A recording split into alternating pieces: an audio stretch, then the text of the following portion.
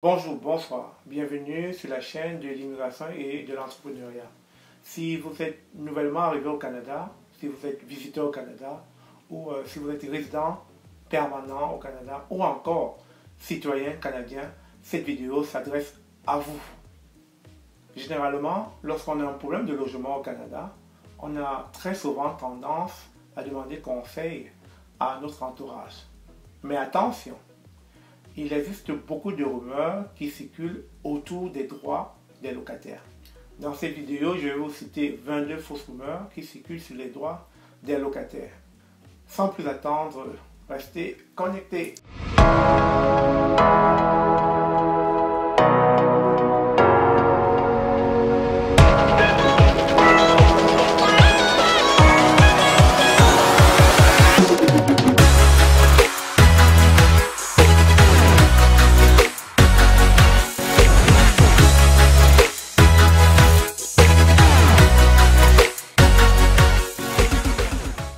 La première fausse rumeur. Est-ce que j'ai jusqu'au 21 de chaque mois pour payer mon loyer? La réponse est faux. Vous devez payer le loyer le premier de chaque mois. Si vous avez une entente avec votre propriétaire qui prévoit une autre date de paiement, vous devez payer à la date à laquelle vous avez convenu. Cependant, assurez-vous d'avoir une entente écrite afin d'éviter les malentendus.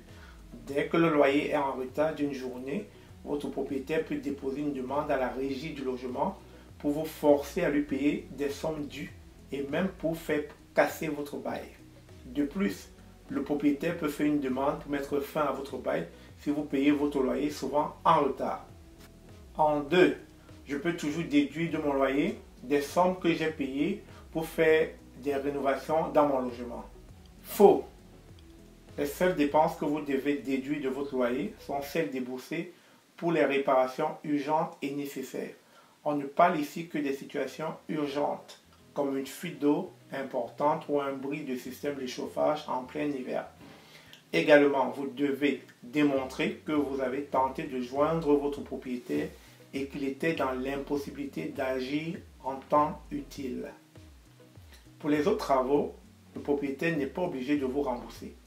Si vous déduisez de votre loyer des sommes payées pour des travaux qui n'étaient pas urgents et nécessaires, exemple, sabler et vernir les planchers, votre propriétaire pourra vous poursuivre pour non-paiement de loyer. Le mieux est donc de vous entendre avec votre propriétaire, idéalement par écrit, pour qu'il fasse les travaux ou d'utiliser les moyens légaux pour le forcer à les faire. En 3, j'ai le droit de retenir mon loyer pour forcer le propriétaire à faire des travaux. Faux, on ne peut pas se faire justice soi-même. Si vous retenez votre loyer pour cette raison, votre propriétaire peut vous poursuivre à la régie du logement pour non-paiement du loyer. La seule question qui sera débattue devant le régisseur sera de savoir si vous avez payé le loyer ou non. Si la réponse est non, vous risquez de perdre votre logement, peu importe la raison pour laquelle vous avez retenu votre loyer. En 4, la régie du logement ne peut pas me mettre dehors en hiver si j'ai des enfants. Faux! La régie du logement peut mettre fin à votre bail à n'importe quel moment dans l'année, et ce, même si vous avez des enfants, si votre propriétaire a démontré lors de l'audition que vous ne respectez pas vos obligations de locataire. En 5, si mon propriétaire ne fait pas des réparations ou refuse de collecter le loyer, je peux toujours payer mon loyer directement à la régie du logement.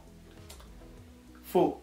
Si vous vous présentez directement à la régie du logement pour payer votre loyer, la régie n'acceptera pas votre argent. Pour pouvoir payer votre loyer à la régie, vous devez avoir préalablement demandé par la procédure appropriée et obtenu l'autorisation de le faire par un jugement de la régie du logement. Il s'agit d'une mesure d'exception. En 6, je peux toujours casser mon bail en envoyant au propriétaire un préavis de 3 mois. Faux!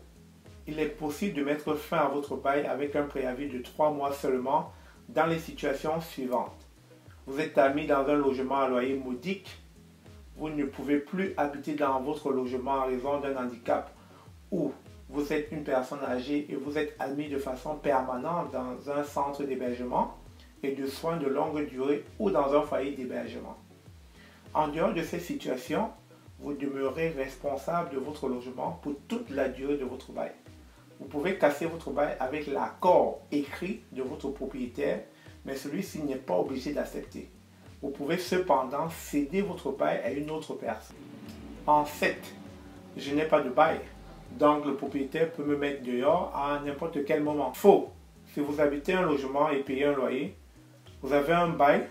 En fait, un bail est une entente par laquelle vous utilisez le bien de quelqu'un en échange d'une contribution, c'est-à-dire en échange d'un loyer. Rien dans la loi n'interdit que votre bail soit verbal. Vous avez les mêmes droits et les mêmes obligations que votre bail soit verbal ou écrit. Le problème du bail verbal se situe surtout au niveau de la preuve en cas de conflit avec votre propriétaire. Si votre propriétaire veut mettre fin à votre bail, il devra le faire avec les procédures judiciaires appropriées. Votre propriétaire n'a pas le droit de mettre vos effets personnels à la rue pour vous forcer à partir, même si votre loyer n'est pas payé. Seul un huissier pourrait le faire, si un jugement l'y autorise. Un inspecteur de la ville pourrait également vous forcer à quitter votre logement s'il est inhabitable au point de poser un risque pour votre santé ou votre sécurité. 8.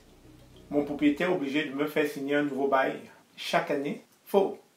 Votre bail se renouvelle automatiquement. Il n'est donc pas nécessaire de signer un bail à chaque année. Cependant, il est possible que des changements soient survenus au fil des renouvellements. Exemple, augmentation de loyer. Dans un tel cas, votre bail est renouvelé avec les modifications convenues ou imposées par la régie du logement. Mais les autres clauses de votre bail demeurent inchangées. De même, en cas de vente de l'immeuble, votre nouveau propriétaire n'est pas obligé de signer un nouveau bail. En effet, il est tenu de respecter le bail que vous aviez signé avec l'ancien propriétaire, comme s'il l'avait lui-même signé. Également, le nouveau propriétaire doit attendre la période de renouvellement de votre bail s'il veut lui apporter des modifications. Vous avez le droit de refuser les modifications qui vous semblent injustifiées tout en conservant votre logement. En 9, je peux casser mon bail parce que je viens d'acheter une nouvelle maison ou simplement parce que je viens d'avoir une affectation à l'extérieur du pays. Faux. Vous demeurez responsable de votre bail pour toute sa durée. Cependant, vous pouvez tenter de vous entendre avec votre propriétaire, idéalement par écrit, ou céder votre bail. En 10, mon propriétaire a toujours le droit de ne pas renouveler mon bail si je refuse l'augmentation de mon loyer. Faux. Vous avez le droit de refuser une augmentation de loyer que vous jugez trop salée tout en conservant votre logement. Vous devez alors le faire par écrit et dans le délai prévu par la loi. Cependant, il existe quelques exceptions à cette règle. En effet, si vous habitez un logement construit depuis 5 ans, au moins, dans une coopérative d'habitation dont vous êtes membre ou un HLM, vous ne pourrez pas refuser une augmentation de loyer tout en conservant votre logement. Le 11e point. Chaque année, la régie du logement établit un taux fixe pour l'augmentation du loyer. Et c'est ce taux qui est publié dans les médias. Faux. Il n'y a pas de taux fixe pour l'augmentation de loyer. Le taux publié dans les journaux n'est qu'un indicateur. L'augmentation de loyer est calculée en fonction des dépenses effectuées par votre propriétaire. Ces dépenses comprennent entre autres les travaux majeurs et les travaux d'entretien, mais également les taxes scolaires et municipales. Bref, le taux d'augmentation est différent pour chaque logement. Le 12e point. Mon propriétaire peut augmenter le loyer en tenant compte des travaux qu'il prévoit faire dans la prochaine année. Faux. Vous avez le droit de refuser une telle augmentation. Pour être considéré dans le calcul de l'augmentation, il faut que les travaux aient déjà été effectués dans l'année précédente. Autrement, vous payerez à l'avance pour des travaux que le propriétaire ne fera peut-être pas. Ou vous risquez de payer des travaux en double car votre propriétaire pourra tenir compte de cette dépense pour l'augmentation de loyer de l'an prochain. Le 13e point. J'ai toujours jusqu'au 31 mars pour aviser mon propriétaire de mon intention de déménager. Faux. Si vous avez reçu un avis de modification de bail ou d'augmentation de loyer, vous avez un mois à compter de la réception de cet avis pour aviser votre propriétaire de votre intention de déménager. Si vous ne répondez pas à cet avis, votre bail sera automatiquement renouvelé avec l'augmentation demandée. La date limite de 31 mars s'applique seulement si vous n'avez pas reçu d'avis d'augmentation de loyer. Attention, ces délais varient selon la durée de votre bail, de même que selon la date à laquelle votre bail débute. Le 14 points. Mon propriétaire peut toujours augmenter le loyer de mon logement en fonction du prix du marché. Faux. Seules les dépenses réelles de votre propriétaire sont tenues en compte lors du calcul de l'augmentation de loyer. Ainsi, si vous payez un loyer nettement en bas de la moyenne, vous êtes simplement considéré comme une personne chanceuse. Cependant, il y a quelques exceptions à cette règle. Par exemple, si votre propriétaire est un membre de votre famille, est votre employeur, ou est décédé et a mal géré l'immeuble, vous pourriez bénéficier d'un loyer de faveur. Dans un tel cas, la régie du logement pourrait fixer votre loyer en fonction du prix du marché. Le 15e point, je n'ai pas le droit de refuser que mon propriétaire reprenne son logement parce que le logement lui appartient. Faux. Vous avez le droit de refuser une reprise de logement. Votre propriétaire ne peut pas reprendre votre logement n'importe quand ni pour n'importe qui. De plus, vous avez le droit de demander une indemnité. Le 16e point, la régie du logement a une copie de bail pour chaque locataire. Faux. Il n'existe que 2 copies de bail, celle de votre propriétaire et la vôtre. La régie du logement ne tient pas de registre des baux, malgré le fait que certains formulaires de bail soient numérotés. Le point 17. Je peux faire tout le bruit que je veux jusqu'à 23 heures. Faux. Vous avez l'obligation de respecter la tranquillité des voisins à toute heure du jour. Cela ne veut pas dire que vous n'avez pas le droit d'écouter de la musique. Cependant, vous devez le faire à un niveau raisonnable. Également, chacun doit faire preuve d'un niveau de tolérance raisonnable. Le point 18. J'ai le droit de faire un party chaque année ou la fête, la Java chaque année. Faux. Là encore, il faut respecter les voisins. Si vous désirez organiser une fête, il serait approprié d'aviser vos voisins à l'avance.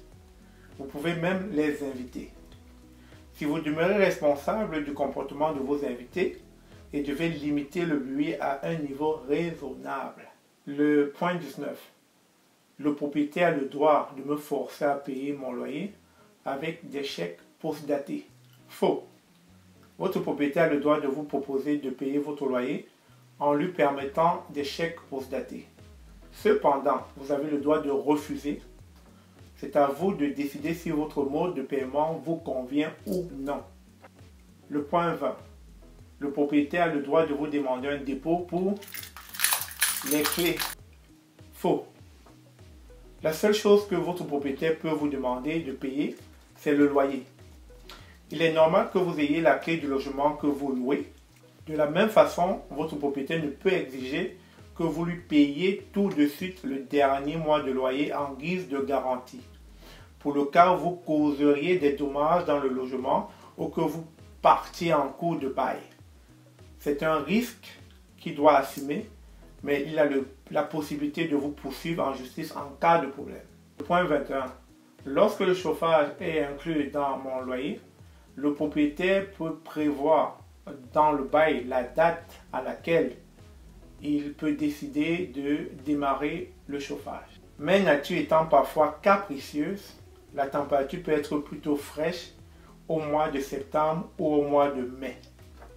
En fait, ce n'est pas la date qui compte, mais bien la température.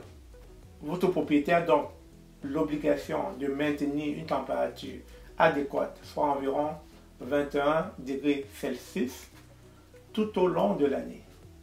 Le point 22, le dernier point. Lorsque vous voulez louer un logement, votre propriétaire a le droit de vous demander de lui fournir votre revenu, votre numéro d'assurance sociale ou votre permis de conduire. Faux. Votre propriétaire n'a le droit de vous demander que les informations qui lui sont nécessaires pour louer le logement. Ainsi, il peut vous demander vos noms, votre adresse actuelle, des références et il peut même faire une enquête de crédit. Le numéro d'assurance sociale est utilisé pour des fins d'impôt auprès des gouvernements. Votre futur propriétaire n'a pas besoin de cette information. Pour ce qui est de vos revenus, votre propriétaire n'a pas besoin de les connaître. Vous pouvez lui démontrer vos bonnes habitudes de paiement, par exemple en donnant comme référence les coordonnées de votre ancien propriétaire. Pour ce qui est de votre numéro de permis de conduire, votre dossier de conducteur n'a aucun lien avec vos habitudes comme locataire. Votre propriétaire n'a donc pas besoin de cette information. J'espère que dans cette vidéo, vous avez été satisfait des 22 rumeurs qui circulaient sur les droits de locataire. Si jamais vous avez des questions, des points d'ombre, n'hésitez pas de laisser des commentaires en dessous de la vidéo et ça nous fera plaisir de vous répondre. Sur ce, je vous remercie.